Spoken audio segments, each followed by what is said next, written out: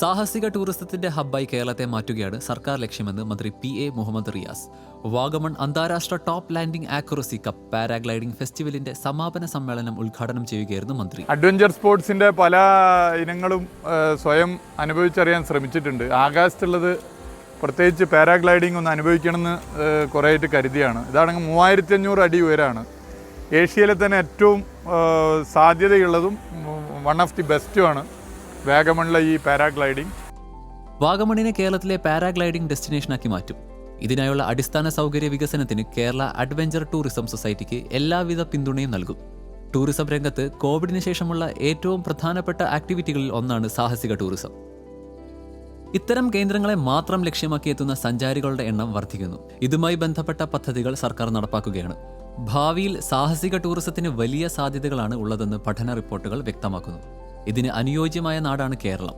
കടലുകൾ, മലയോര മേഖലകൾ, ബീച്ചുകൾ, ഇടനാടുകൾ തുടങ്ങിയവയെല്ലാം സാഹസിക ടൂറിസത്തിന് പ്രകൃതിദത്തമായ വേദികളാണ്. അതിനാലാണ് സാഹസിക ടൂറിസത്തിന്റെ സാധ്യതകളെ ഫലപ്രദമായി വിനിയോഗിക്കാൻ സർക്കാർ ശ്രമിക്കുന്നത്. വർക്കലയിലെ സർഫിംഗ് മത്സരങ്ങൾ, അന്താരാഷ്ട്ര കയാക്കിംഗ് മത്സരങ്ങൾ, Wayanad mountain terrain biking championship എന്നിവ കേരളത്തിലെ ഈ മേഖലയിലെ മുതൽക്കൂട്ടാണ്. ട്രക്കിംഗ്, ഹൈക്കിംഗ് പാതകളുടെ മാപ്പ് തയ്യാറാക്കാനും വകുപ്പിന് പദ്ധതിയുണ്ട്. കോവിഡിന് ശേഷം 2022, 23, 24 വർഷങ്ങളിൽ സഞ്ചാരികളുടെ എണ്ണത്തിൽ റെക്കോർഡ് വർധനയാണ് ഉണ്ടായിട്ടുള്ളത്. ആഭ്യന്തര സഞ്ചാരികൾ ഏറ്റവും അധികം എത്തിയ വർഷമാണ് 2024. ഈ വർഷം റെക്കോർഡ് മറികടക്കുമെന്ന് മന്ത്രി പറഞ്ഞു. 2024 2,22,46,989 ആഭ്യന്തര സഞ്ചാരികളാണ് കേരളത്തിലെത്തിയത്. കോവിഡിന് മുൻപുള്ള കാലത്തെ അപേക്ഷിച്ച് 21% വർധനയാണിത്. 7,38,374 വിദേശ സഞ്ചാരികളാണ് 2024 കേരളത്തിലെത്തിയത്. 2023 അപേക്ഷിച്ച് 13.76% വർധന. കോവിഡിന് ശേഷം ആഭ്യന്തര സഞ്ചാരികളുടെ എണ്ണത്തിലും വിദേശ സഞ്ചാരികളുടെ എണ്ണത്തിലും വലിയ കുതിച്ചുചാട്ടമുണ്ടായി.